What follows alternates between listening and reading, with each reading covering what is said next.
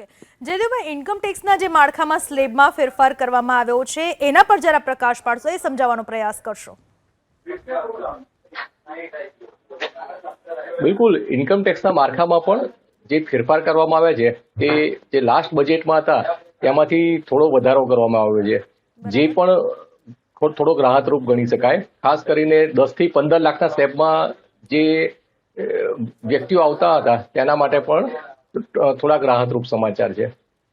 આ વખતનું બજેટ રજૂ કરવામાં આવ્યું છે. માર્કેટ એક્સપર્ટના મતે જે વચગાળાનું બજેટ રજૂ કરવામાં આવ્યું છે એનું માત્ર વિસ્તરણનું રૂપ કહી શકાય, સિવાય કે ઇન્કમ ટેક્સના સ્લેબમાં જે ફેરફાર કરવામાં આવ્યો એ સૌથી વધારે લોકોને સ્પર્શતો મુદ્દો એમાં જોવા મળી રહ્યો છે.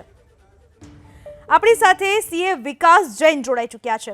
વિકાસભાઈ, આપ સીએ છો અને હાલમાં જ્યારે ટેક્સ ભરાઈ રહ્યા છે, 31મી તારીખ છેલ્લી છે, આ બજેટમાં જે ઇન્કમ ટેક્સને લઈને નિર્ણય કરવામાં આવ્યો છે એ નિર્ણય સમજાવશો ને એ લોકોને કેટલો ફાયદાકારક નીવડશે?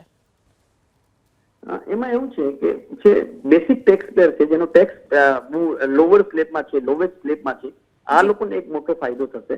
અને એના સિવાય જે સેલરાઈડ એમ્પ્લોય છે એને 50,000ની જગ્યાએ જે 75,000 રૂપિયા સુધીનો જે એક છૂટ આપવામાં આવી છે એના હિસાબે બી લોકોને એક બેનિફિટ મળશે. અને કદાચ દરેક માણસ પાસે એવરેજથી 10 થી 15,000 રૂપિયા એન્યુઅલી એક ડિસ્પોઝેબલ ઇન્કમ વધશે એવું આપણે ચોક્કસ રીતે કહી શકાય. પણ એનાથી કોઈ બહુ મોટો ફાયદો થવાનો નથી. અને જે સ્લેબ જે ઉપરવાળા સ્લેબમાં હોય એ લોકોને તો કોઈ બી ફાયદો એના અંદર નથી. જી વિકાસભાઈ, આભાર આપનો અમારી સાથે વાત કરવા બદલ, માહિતી બદલ.